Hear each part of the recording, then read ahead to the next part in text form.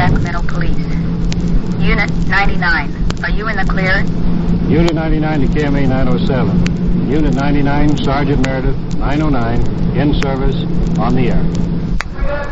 This is Sergeant Dan Meredith of Unit 99 at Headquarters, Police Department, City of Sacramento, California. My detail is to ride in Unit 99, our tape recorder-equipped radio car, and to respond whenever the dispatcher transmits a signal to one of our other units on duty somewhere in the city. At the scene, we make the recordings which we provide for this program. Now, to tell you more about Unit 99, here is our chief, James V. Hicks, Sacramento Police. When Unit 99 takes off on the dispatcher's radio signal, everything which happens is real. What you hear, happened. This is the standing order to Sergeant Meredith, the officer in charge of Unit 99. Get it on the spot while it's going on. And as you listen, this is what Meredith does. Now, to Unit 99 and Sergeant Dan Meredith on duty. Unit 56. 901A at 12th and E, Edward 56. Check. KMA 907. Traffic Unit 56 just got a code 2 on an accident with injury at 12th and E, Edward.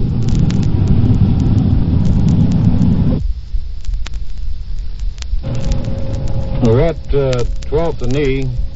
Looks pretty bad. Let's get out.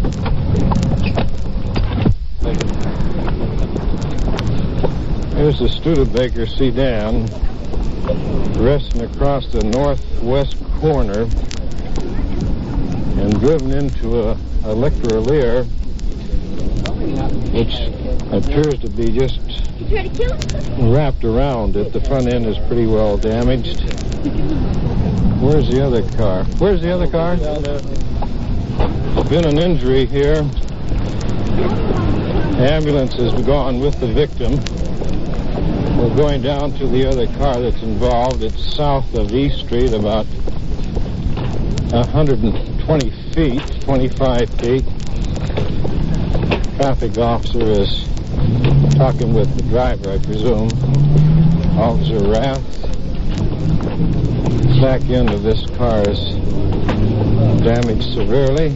Hello, Rath. Hello, Dan. How are you? Is this the car belonging to the victim? I imagine it is. I just arrived here, and I'm trying to get the street cleared up. This car is leaking gasoline. Smell it, yeah. Very badly. And the fire department on the way over here to wash the street down. Unit 56 has the driver. Yeah. This is the people who were hit. Yeah. They were stopped here at this stoplight. Drove across the intersection. I glided over there and stopped the car. Your car is down there about, say, a third of a block. Is that it? That's right. This guy just ran in the back of them. They were stopped here at the stoplight. He already passed 4 people down the street. You were parked right here? We made our stop. We just came out of the motel over there. We just registered. Came out of the hotel. After we... Oh, boy. The man was doing about 55 or 60. Is that right? He drove completely across the intersection. I glided down a ways and turned the motor off, put the brake on, got out of the car. You were stopped for the red light. We were stopped right here for the red light. Anyone in your car injured? Well, I am. I'm all shook up. I see. I don't know. My leg's a little sore, but I don't know. I don't think it's hurt. Did you notice the car coming from behind? All I heard was a screech, and then an impact, and boom, we went across the intersection. Through the side mirror that I have on my side, I saw the lights coming, but then I didn't even get to say they're just going, there comes a guy, or anything. Usually you take away fast if you see somebody coming behind you. Well, I don't know when he was coming that fast. I'd have gone through the signal, I'll tell you. I was sitting to the side, and but I have a bun on in the back, so that could be the reason why the back of my head hurts, but I got it right here. I can feel it. It feels like it's starting to... In the mouth? Looks like you do have a mark alongside the jaw there. It doesn't feel sore yet, but as I said, I have no feeling, so... All right, then. Let's check with the victim in the emergency.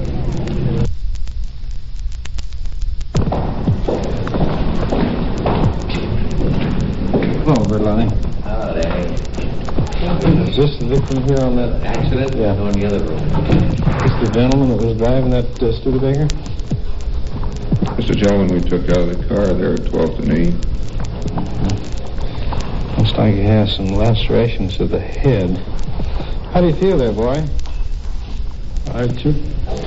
Fine. How'd this happen tonight? I think maybe you could tell me better than I can. And where were you coming from? From the way I've been treated since I've been coming in here, I don't know. Why, haven't you been treated all right? I've been treated fine, yes. Good. Well, can you tell They me give me the slight treatments that I here in the not be able to hospital? be responsible for myself. You're not responsible for yourself? What seems to be the trouble? You been drinking tonight? Beg your pardon? I say, have you been drinking tonight? Not sure if I notice it. No, you haven't. Well, can you tell us how this happened, this accident?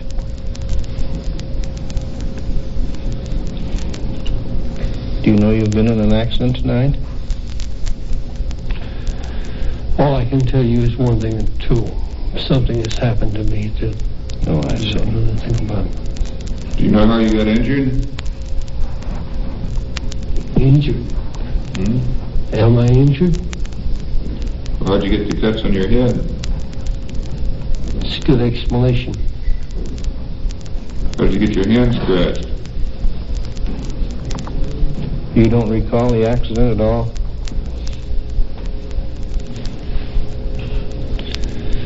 I don't know one of two things, sir. What's that? I was in perfect position and health until now. Do you remember coming into the emergency hospital in the police ambulance? You don't. How do you think you got to the emergency hospital? How do I know I am there? Well, you don't know that you're in an emergency hospital now. Remember being treated by the nurse here? But nurse. How did you get on the table here? What table? The operating table that you're laying on. I'm sorry, sir. As far as I'm concerned, I'm home laying on my bed. What are you going to do now, Doctor? Send him to the county hospital. How's his condition? His condition isn't satisfactory presently. Seems to be in a bit of state of shock.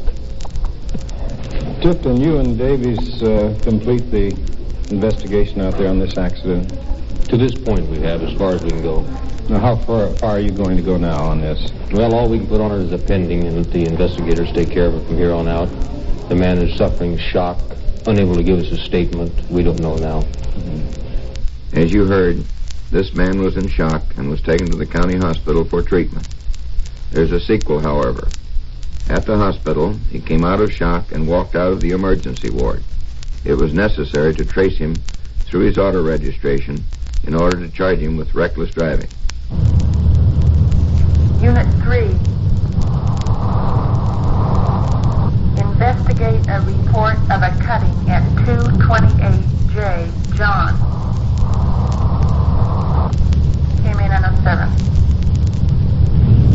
A cutting at 228J, lower end of town. We're in that area. Let's cover with 3.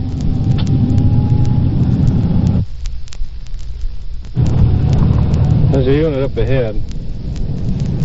We've got 2 people in the back seat, man and a woman. Where you going, Pete? We'll meet you at emergency. Emergency? Okay. The unit just arrived. It's on the ramp, about ready to go into the emergency. So, pardon me. Colored man, he looks like he's been stabbed in the stomach and on the back of the neck. Young lady with him. Hey, Pete. Right in here. Just sit down there. Well, the guy was angry. I could have protected myself. I knew he was angry at me. I mean, he didn't have no reason to be going to hurt me. What was the argument about over there? Well, no argument. That's what I'm trying to tell you. There was no argument. You think this argument was over your wife? You do, huh? You think this white man had a fight with you and Colonel, your wife being white? Is that it? Yes, sir. Well, tell us the whole story so we can get it. I mean, he didn't say nothing to me. He didn't say anything to me at all. When I walked in, he gave me a dirty look. So I was my food. And she and I decided we were going to go to the restroom. I went to the restroom, went back. So I got to first, I come back. When I came back, got close to him, he broke the bottle. I saw him when he broke the bottle. Yeah. And what did he do with the bottle? Then all of a sudden, he jammed in my stomach.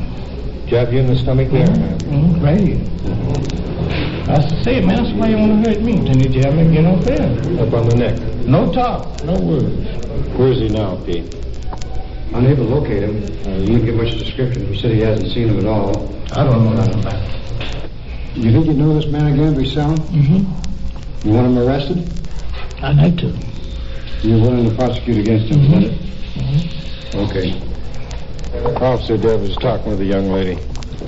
When he came in, you were back in the restroom. You didn't see him come in, or did you see him come in? No, they were setting into booths when we came in, and then when I came out to the front, and I seen all the blood all over it. Did you hear any commotion, or? No, I didn't hear anything. Well, these fellows, they all white men? Yes, they were. They were You gone. think that was the trouble? The fact they saw your husband's color and you're white? Is that what? That's probably it, too. Did they make any comments that you heard of or anything No, they like that? didn't make any comments, not as I know of when I went back.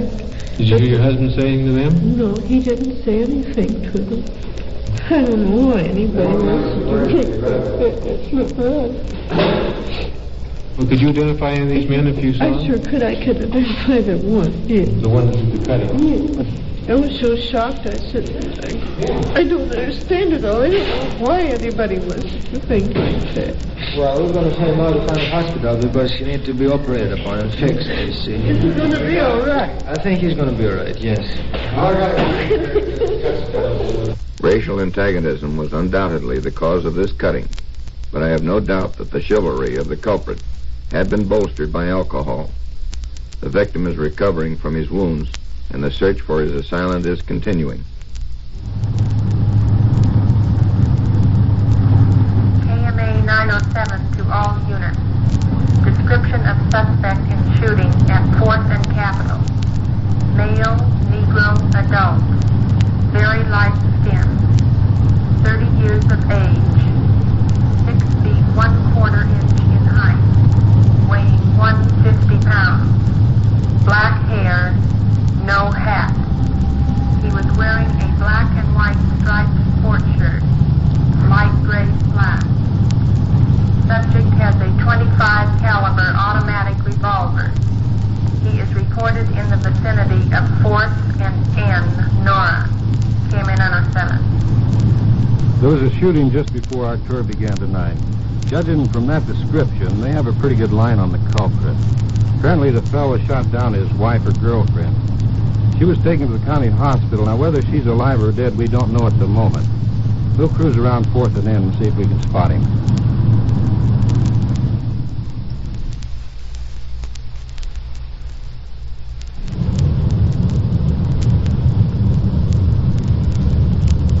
KMA 907 to all units. The suspect in the shooting at 4th and Capitol is now in custody. Looks like they got him. We'll follow up on it.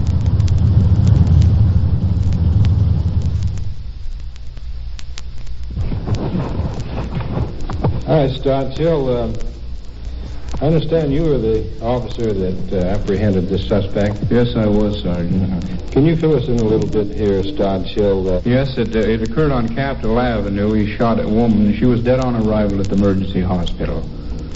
We were just discussing it at 9th and P. Yes, and I swung back on O Street, I believe it was, and came back in. Was in the 5th and O when the call came in that the man was in the vicinity of 4th and N. Of course, I immediately went down there, and this man fit the description perfectly. He was standing on a corner talking to a woman, and I immediately placed him under arrest, and he admitted that he was a party, and Shaking him down, I discovered the gun in his rear pocket. Can you throw a little light on this at the very beginning of the case, Sosky? What is the relationship between these two parties? Well, my understanding is that they were man and wife, or possibly girlfriend. But as far as we could determine so far, they were man and wife. Are the other detectives going to question this fellow now? Yes, right, they are.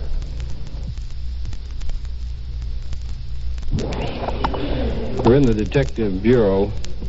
Present is a sister of the deceased. You say you were present tonight when the shooting occurred? Yeah. Well, we was in the beauty shop. And when she got her hair done, well, we all walked out. And he walked up and he said, "How you all doing?" That's right. Just take your time. And then he told her, "I want to speak to you." And she said, "Well, don't pull on me." And so he didn't say nothing else. He pulled out his gun and started shooting. And after he shot the first time, well, she fell when he shot the first time. And then after she fell, well, he shot 3 more times, but she fell on the ground. And I tried to pick her up where she couldn't see her. Did he threaten you? No, he didn't. Do you know how this came about? No, I don't, because we hadn't talked to him before this. Have the two of them had argument before? Yes. Are they married? No. Well, what did he say or do after the shooting? Well, he started walking towards 4th Street. Did you see him at any time after the shooting and until he was picked up? No. I didn't see him until he came in, until we all brought him in. All right, thank you very much. Dan, we're going to talk to the suspect now that was on the shooting. You want to come in? Okay.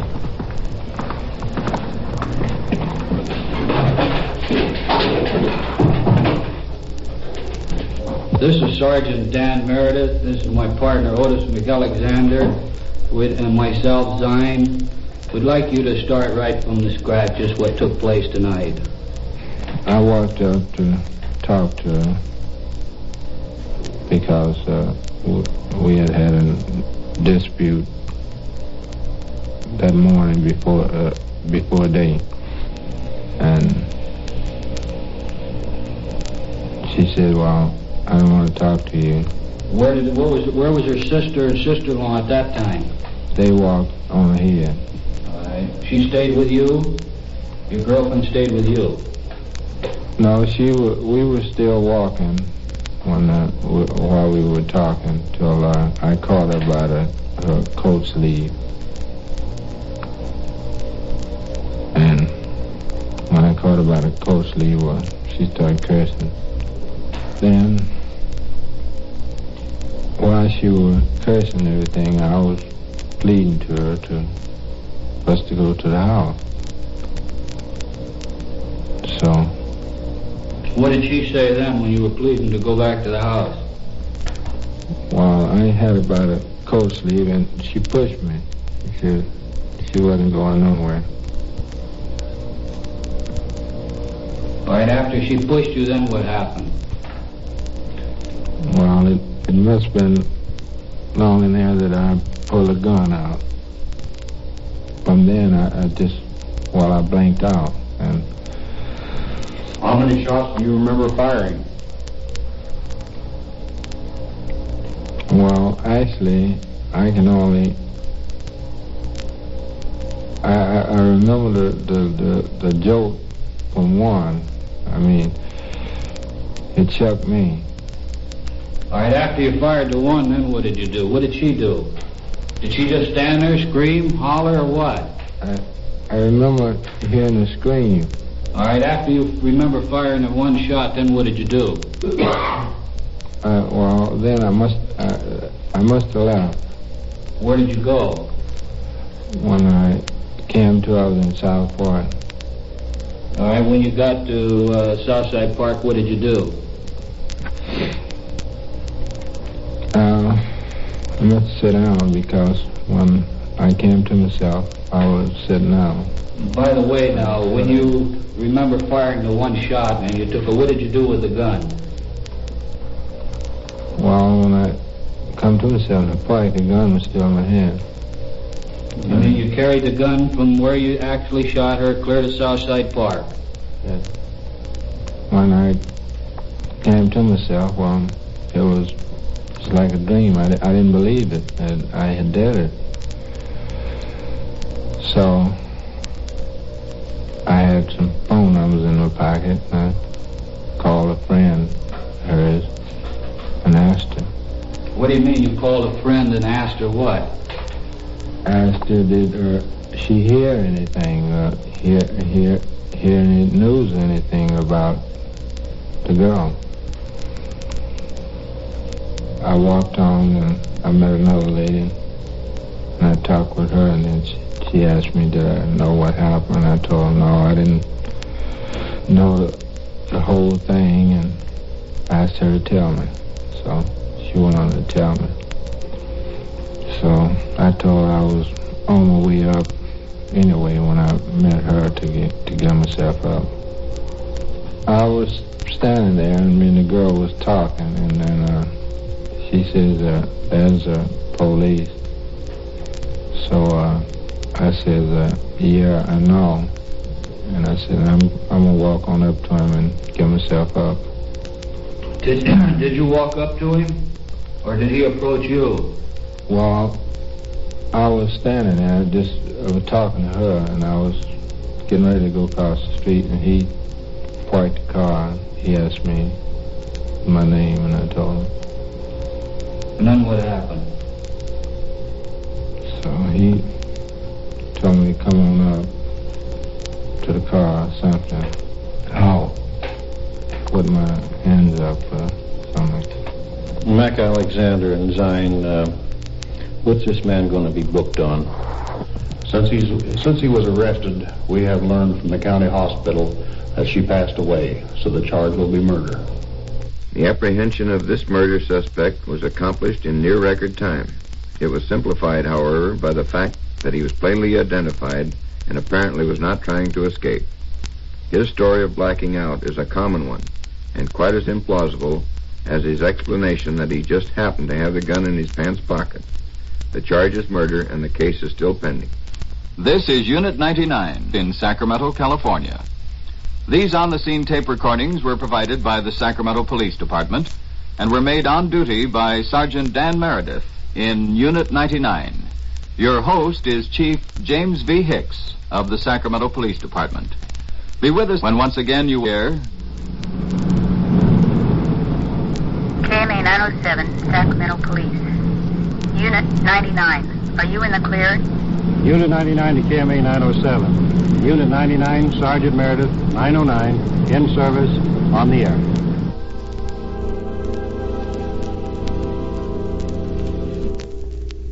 Unit 99 has come to you through the worldwide facilities of the United States Armed Forces Radio and Television Service.